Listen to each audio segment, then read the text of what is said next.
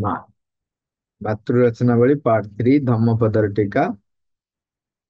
ଆଜି ଆଲୋଚନା ରହିଛି ଜରା। ଏ ପୃଥିବୀ ଯେତେବେଳେ ଅନୁକ୍ଷଣ ଖାଲି ଜଳିବାରେ ହିଁ ଲାଗିଛି, ତେବେ ଏହି ଆନନ୍ଦ କାହିଁକି? ତୁମେ ଯିଏ କି କେବଳ ନାନା ଛାୟା ଦ୍ୱାରା ହିଁ ସମାଚ୍ଛନ୍ନ ହୋଇ ରହିଛ, ତୁମେ କାହିଁକି ଆଲୋକର ଅନୁସନ୍ଧାନ କରୁନାହ କହିଲ? ତେବେ ସଜ୍ଜିତ ହୋଇ ରହିଥିବା ଏହି ଦିନ ଦେହଟି ଆଡକୁ ଦୃଷ୍ଟିପାତ କର। ନାନା କ୍ଷୟିଷ୍ଣୁ ଉପାଦାନରେ ଏହି ପିଣ୍ଡଟି ଆଡକୁ ଅନାଇ ଦେଖ। କେତେ କେତେ ଅସକ୍ତତା ଏବଂ ବୃଥା ବାସନା ଦେଇ ଗଢା ହୋଇଥିବା ପିଣ୍ଡଟି ଭିତରେ ପ୍ରକୃତରେ ସ୍ଥାୟୀ ଏବଂ ସ୍ଥିର ବୋଲି ଆଉ କଣ ରହିଛି କହିଲ? ଏହି କ୍ଷଣଭଙ୍ଗୁର ଶରୀର ନାନା ଦୁଃଖ ଭୋଗ, ନାନା ଜର୍ଜରତା ଏବଂ ବିକାରଗ୍ରସ୍ତତାର ହିଁ ଏକ ନୀଡ଼ ହୋଇ ରହିଛି। କାରଣ କେବଳ ସେହି ମୃତ୍ୟୁରେ ହିଁ ଜୀବନର ଅନ୍ତ ହୋଇଯାଉଛି।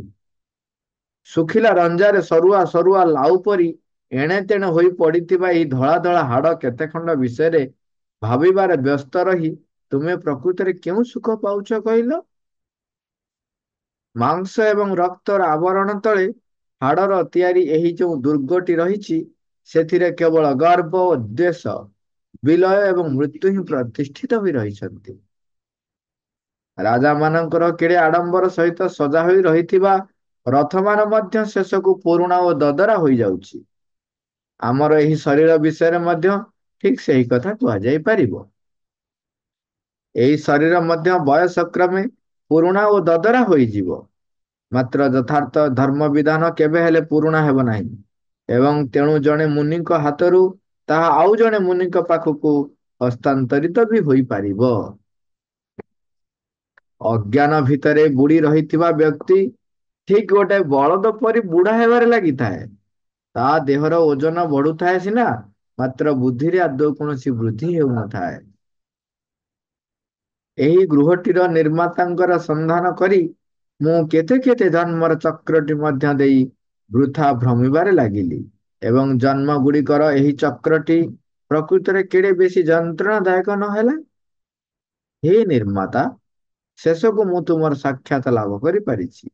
ମୋର ଏହି ଶରୀର ରୂପୀ ଗୃହଟିକୁ ତୁମେ ଆଉ କଦାପି ଗଢିବାକୁ ଯିବ ନାହିଁ। ଏହି ଗୃହର ସବୁ ଯାକ ରୁଅ ଓ ଶ୍ରେଣୀ କେବଳ ଛିନ୍ନ ଭିନ୍ନ ହୋଇ ପଡିଛି, ଏବଂ ଛାତର ମଥାନଟି ମଧ୍ୟ ତଳକୁ ଅଜାଡି ହୋଇ ପଡିଲାଣି। ମୋର ବନ୍ଧନ ମୁକ୍ତ ମନ ଯାବତୀୟ ବାସନାର କ୍ଷେତ୍ରରେ ଏକ ସମ୍ପୂର୍ଣ୍ଣ ନିର୍ବାପନର ଉପଲବ୍ଧି କରିପାରିଛି। ଯେଉଁମାନେ ଆତ୍ମନିୟନ୍ତ୍ରଣର ଏକ ଜୀବନକୁ ବଞ୍ଚି ପାରି ନାହାନ୍ତି, ଏବଂ ଆପଣାର ଯୌବନ ଅବସ୍ଥାରେ ଯେଉଁମାନେ ଯଥାର୍ଥ ସମ୍ପଦ ଗୁଡ଼ିକର କିପରି ସଞ୍ଚୟ କରିବାକୁ ହୁଏ ସେ ବିଷୟରେ କିଛି ଜ୍ଞାନ ଲାଭ କରିନାହାନ୍ତି, ସେମାନେ ଆହାର ଲାଗି କୌଣସି ମତ୍ସ୍ୟ ନ ପାଇ ହ୍ରଦ କୂଳରେ ମରିଯାଉଥିବା ବୁଢା ବଗମାନଙ୍କ ପରି ହିଁ ବିନଷ୍ଟ ହୋଇଯାଆନ୍ତି। ଯେଉଁମାନେ ଆତ୍ମନିୟନ୍ତ୍ରଣର ଏକ ଜୀବନକୁ ବଞ୍ଚି ପାରି ନାହାନ୍ତି, ଏବଂ ଆପଣାର ଯୌବନ ସମୟରେ ଯେଉଁମାନେ ଯଥାର୍ଥ ସମ୍ପଦ ଗୁଡ଼ିକର କିପରି ସଂଗ୍ରହ କରିବାକୁ ହୁଏ ସେ ବିଷୟରେ କୌଣସି ଜ୍ଞାନ ଲାଭ କରିପାରି ନାହାନ୍ତି, ସେମାନଙ୍କୁ ଆମେ ଗୁଣ ଛିଡି ଯାଇଥିବା ଧନୁର ସମତୁଲ ବୋଲି ହିଁ ଜାଣିବା। ଆପଣାର ହୃତ ଶକ୍ତି ବିଷୟରେ ସେମାନେ କେବଳ ଶୋଚନା ହିଁ କରୁଥାନ୍ତି। ମା ବର୍ଣ୍ଣନା କରୁଛନ୍ତି, ମା କହୁଛନ୍ତି, ଗୋଟିଏ କଥା ଆମେ ନିଶ୍ଚିତ ଭାବେ ଜାଣି ରଖିବା, ଯେଉଁଟା କି ଏଠାରେ ଆଦୌ ପରିଷ୍କାର ଭାବରେ କୁହାଯାଇ ନାହିଁ। ମାତ୍ର ମୁଁ ସେଇ କଥାଟିକୁ ଅବଶିଷ୍ଟ ସବୁଗୁଡ଼ିକ ସହିତ ସମାନ ଭାବରେ ମହତ୍ୱପୂର୍ଣ୍ଣ ବୋଲି ବିଚାରୁଛି।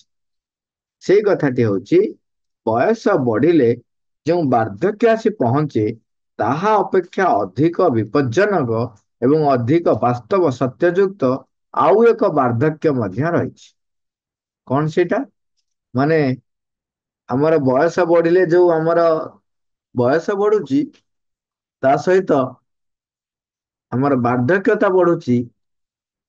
ଆମେ ଯାହାକୁ ଜରା ବୋଲି କହୁଛନ୍ତି, ଲୋଚାକୋଚା ହେଇଯାଉଛି, ହାଡ ଦୁର୍ବଳ ହେଇଯାଉଛି, ମାଂସ ଦୁର୍ବଳ ହେଇଯାଉଛି, ମାଂସ ପେଶୀ ସବୁ ଆଉ ଅ, ପରସ୍ପର ସହିତ ସେତେ ସୁଦୃଢ ସଂଗଠିତ ହେଇ ରହିପାରୁନାହାନ୍ତି।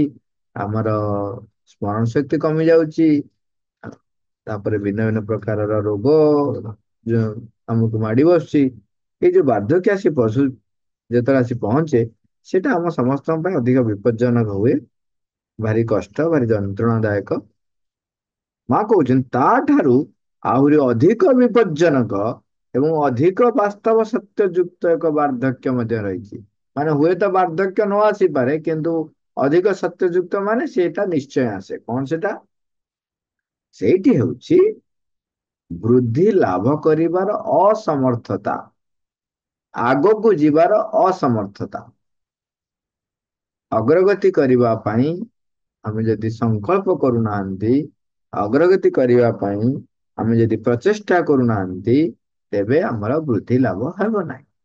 ତେଣୁ ମା ଲେଖୁଛନ୍ତି ବୃଦ୍ଧି ଲାଭ କରିବାର ଅସମର୍ଥତା, ଆଗକୁ ଯିବାର ଅସମର୍ଥତା।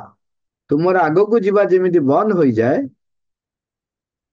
ଜୀବନରେ କୌଣସି ଅଗ୍ରଗତି ନ କରି ତୁମେ ଯେମିତି ଅଧ ବାଟରେ ଅଟକି ରହିଯାଅ, ଆପଣଙ୍କୁ ଆହୁରି ଅଧିକ ଭଲ କରି ତିଆରି କରିବାର ତୁମ ପ୍ରୟାସଟି ଯେମିତି ବନ୍ଦ ହୋଇଯାଏ, ଅଧିକ ଅର୍ଜନ କରିବା ଓ ଅଧିକ ଅଭିବୃଦ୍ଧି ଘଟାଇବା ସେମିତି ବନ୍ଦ ହେଇଯାଏ।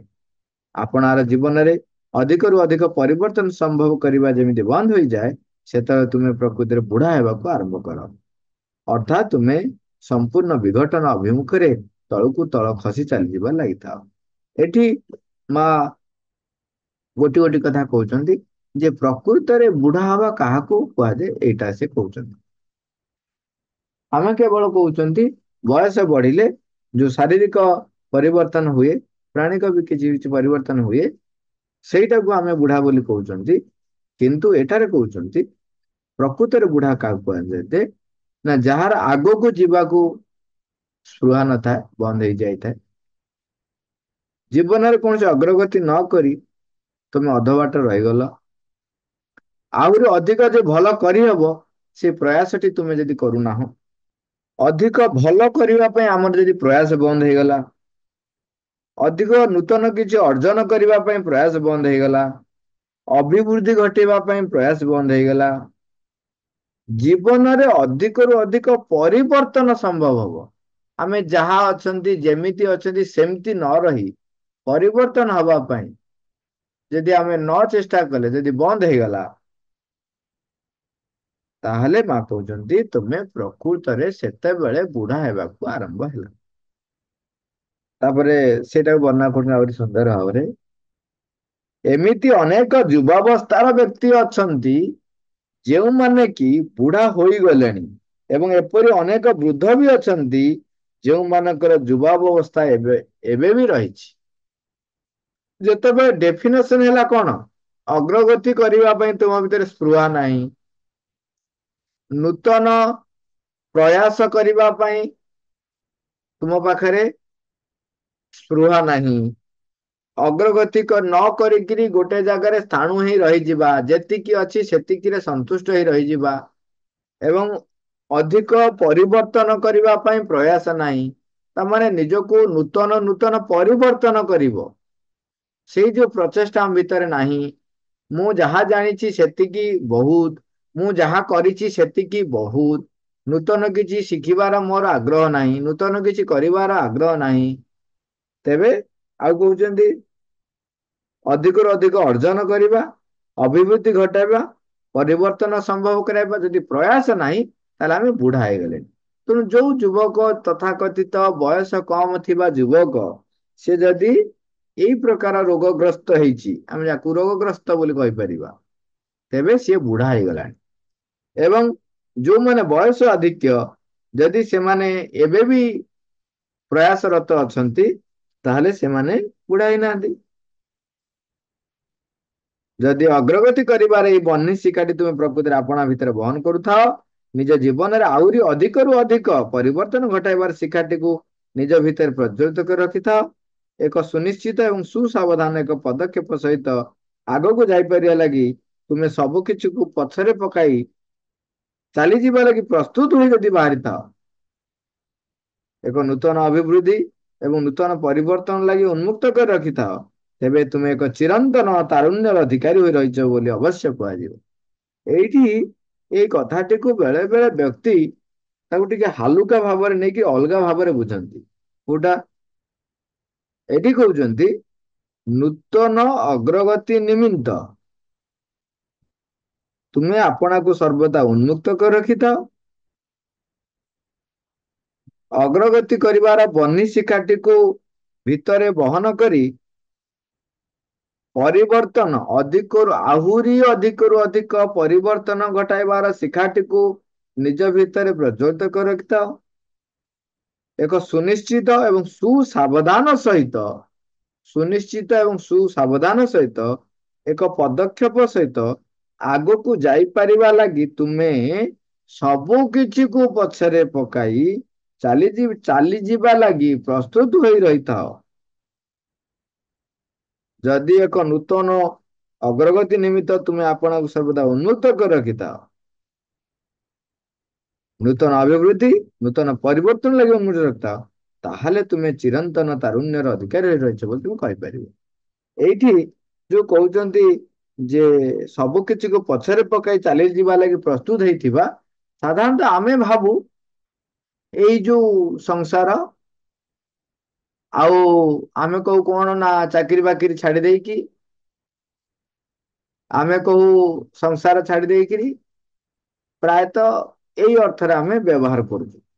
କିନ୍ତୁ ଯଦି ଗଭୀର ଅର୍ଥ ଦେଖିବେ, ଏଠି ଯୋଉ ସବୁ କିଛି ଛାଡି ଦେଇ ଯେତେବେଳେ ଆମେ ଅଗ୍ରଗତି କରିବାକୁ ଯିବା, ସେତେବେଳେ ଦେଖିବା ଆମର ମାନ ସମ୍ମାନ, ଅର୍ଥ, କ୍ଷମତା, ଅନ୍ୟାନ୍ୟ ଆସକ୍ତି, ଯେତେ ମାନେ ଗାଢ ଆସକ୍ତି ସବୁ ଭିନ୍ନ ଭିନ୍ନ, ବ୍ୟକ୍ତି ପ୍ରତି ଆସକ୍ତି, ବସ୍ତୁ ପ୍ରତି ଆସକ୍ତି, ମୋର ସାମର୍ଥ୍ୟ ପ୍ରତି ଆସକ୍ତି,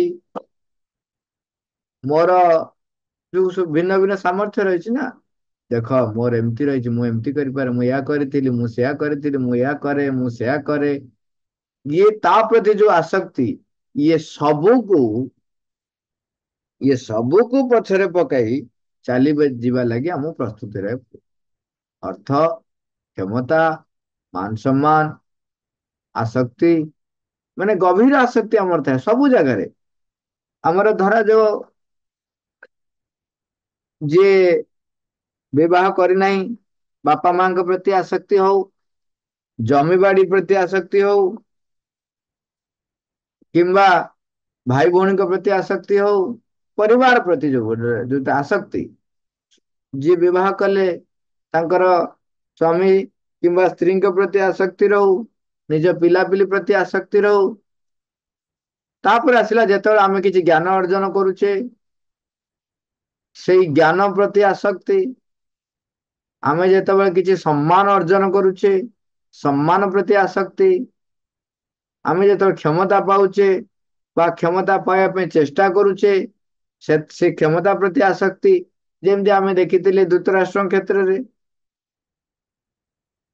ଏ ସବୁ କ୍ଷେତ୍ରରେ ଯୋଉଠି ଆମର ଯେତେ ଯୋଡି ହୋଇ ରହିଛନ୍ତି, ଏ ସବୁଥିରୁ ଊର୍ଦ୍ଧ୍ୱକୁ ଉଠିଯିବା ଲାଗି ଯଦି ପ୍ରୟାସ କରୁନାହାନ୍ତି ଆମେ, ତାହେଲେ ଆମେ ପଛରେ ରହିବା, ଆମର ଅଗ୍ରଗତି ହବ ନାହିଁ, ଆମର ବାର୍ଦ୍ଧକ୍ୟ ଆସିଗଲାଣି ବୋଲି କୁହାଯିବ। ତେଣୁ ଇଏ ସବୁକୁ ପଛରେ ପକାଇ ସତ୍ୟ ପଥରେ ଆଗେଇ ଯିବାକୁ ପ୍ରସ୍ତୁତ ରହିଥିବା, ସବୁକୁ ପଛରେ ପକାଇ ସତ୍ୟ ଆଲୋକ ପଥରେ, ଯେତେବେଳେ ମୋ ପାଖରେ ମାପଦଣ୍ଡ ହଉଛି ଗୋଟିଏ, ଏଇଟା ସତ୍ୟ ପଥରେ ନଉଛି ନା ନାହିଁ, ଭଗବତୀ ଦିବ୍ୟଜନନୀଙ୍କ ଅଭିମୁଖେ ମତେ ନଉଛି କି ନାହିଁ, ଏଇଟା ହେଉଛି ମୋର ଗୋଟିଏ ମାପକାଠି।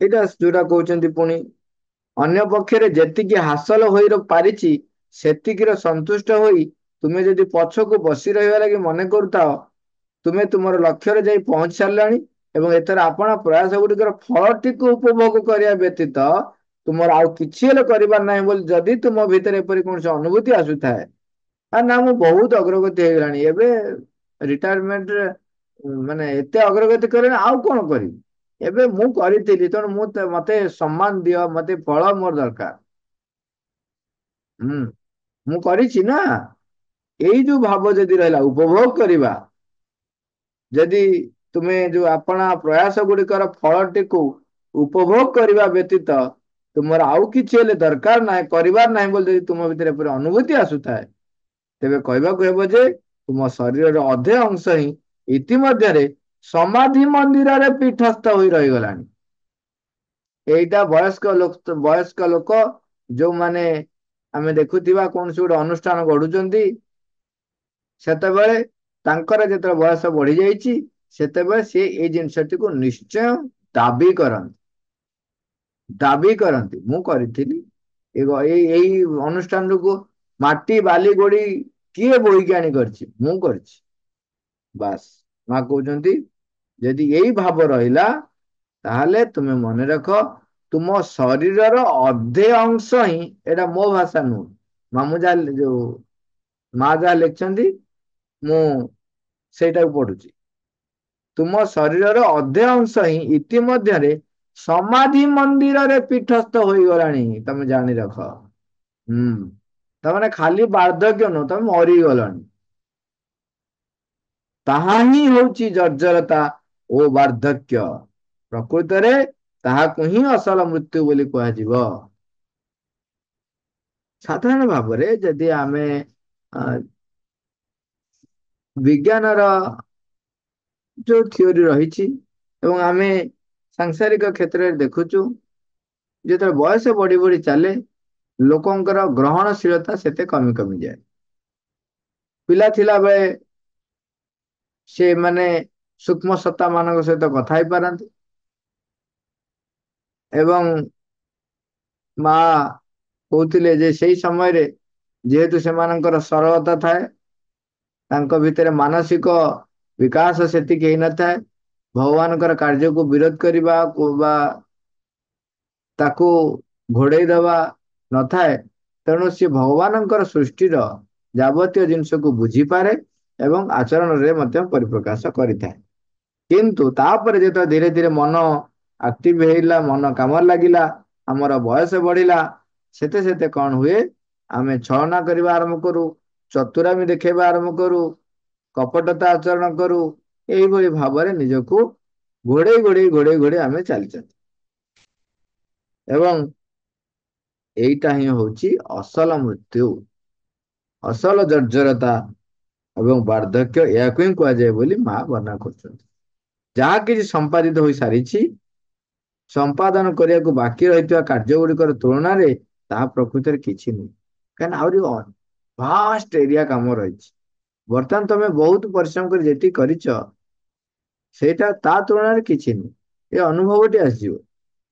ତେଣୁ ଆଉ ପଛକୁ ଅନାଇ ରହ ନାହିଁ, ଆଗକୁ ହିଁ ଦୃଷ୍ଟିପାତ କର, ସର୍ବଦା ସେ ଆଗକୁ ହିଁ ଅନାଅ ଏବଂ ନିରନ୍ତର କେବଳ ଆଗକୁ ହିଁ ଯିବାରେ ଲାଗିଥାଅ।